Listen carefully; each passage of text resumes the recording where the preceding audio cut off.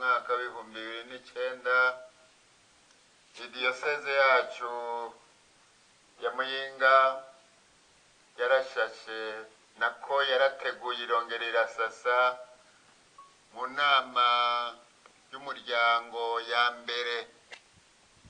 Iyo nama igenewe kwihweza ingene umuryango tworemesha ingendo y'ukurekuriranira no gusubiza hamwe.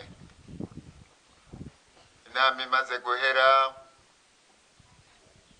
twaratevye gushira habona ingingo zayo, ariko bihava birakunda.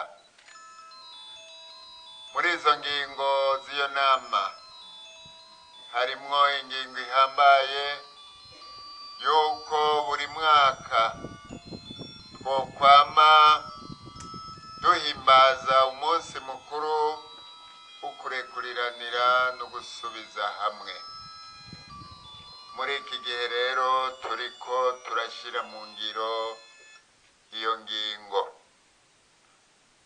Niryo sango twafashe isemwo kugira uwo munsi mukuru muri iyi paruwase ya Muramba. Twaragije umuvyeyi Bikira Mariya umwamikazi w'amahoro. Tubitumwa nuko ngaha kw'itariki ya 4 ukwezi kwa Nyakanga umwaka w'igihumbi 1994 ibara ryaguye.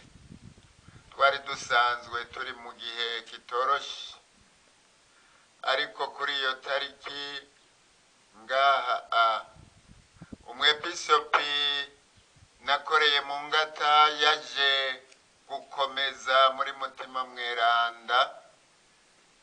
Umugirwa w'inkoka y'imisa ugeze kure, harabaho umugwi w'abantu bitwaje inkoho wadutse utangura kurasa mw'isengero, mbere utumbereza kuri uyo mwungere.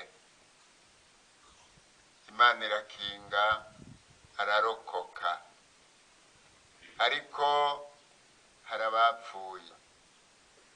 Muri ico gihe nyene abandi barasa hariya kw'isoko, ikivunga c'abantu, abantu barapfa. Muri bo rero abarenga 100 bashinguwe ngaha mubona duhagaraye. Aha twubatse aka gasengero, nagira ngo bose hamwe duhereye kuri abanyene